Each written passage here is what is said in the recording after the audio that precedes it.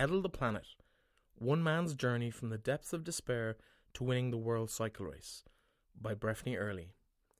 Read by Breifne Earley. Chapter 1. Man Interrupted. The drive back from the wedding had been 3 hours long. My only company in the car were the thoughts in my head, and they were getting louder and louder. As I got in the front door of the shared house I had a room in, I heard my flatmate pottering around in his room upstairs. I made my way to my bedroom before he might come out and I'd be engaged in pointless conversation with someone I couldn't stand to be around. I craved the peace and quiet of my room, my sanctuary where I was able to really unwind and not worry about anything happening outside.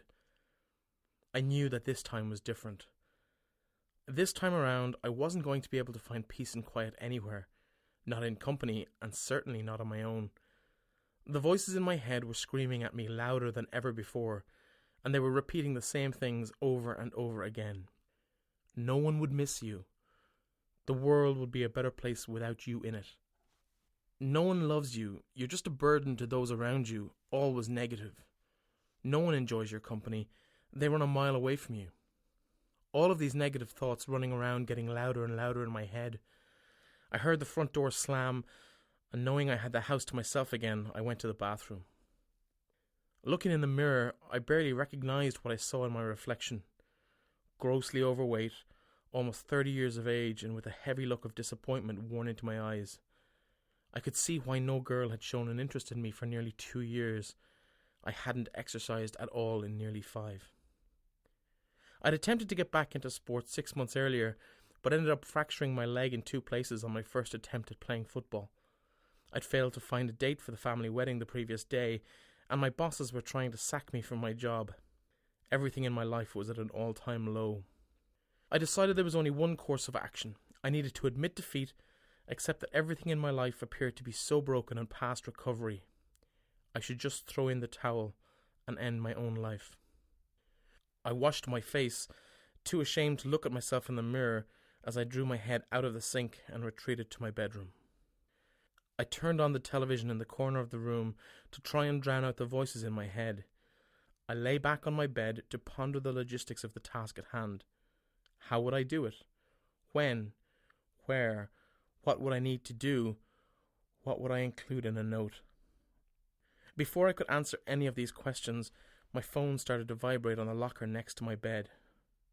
As a reflex, I picked it up, and there was a text message from my uncle. Next Sunday, the 10th of October 2010, is the 20th anniversary of your cousin Michael Dara's death. It's a pretty iconic date, and our family will be holding a remembrance service for him in our house at 8 p.m. We would love your company. Immediately, my mind was flooded with memories of his funeral. I was 3 years younger than Michael Dara. He'd been that older cousin who was usually the ringleader in any trouble that was going on, full of life and vitality. At 12, he'd been struck down with leukemia, and within 6 or 7 months of the diagnosis, he'd passed away. The devastation that it had caused in that branch of my family was complete, and even 20 years later, the scars of loss were etched into his parents.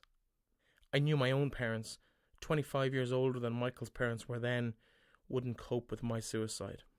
I'd effectively be sentencing them to a life of being imprisoned with their own thoughts. Could we have done anything to help Breifne? Was any of this our fault?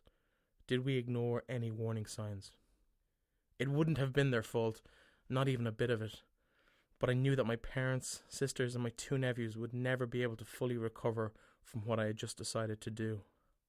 I didn't want to just pass my hurt on to them. I put my head on the pillow and closed my eyes.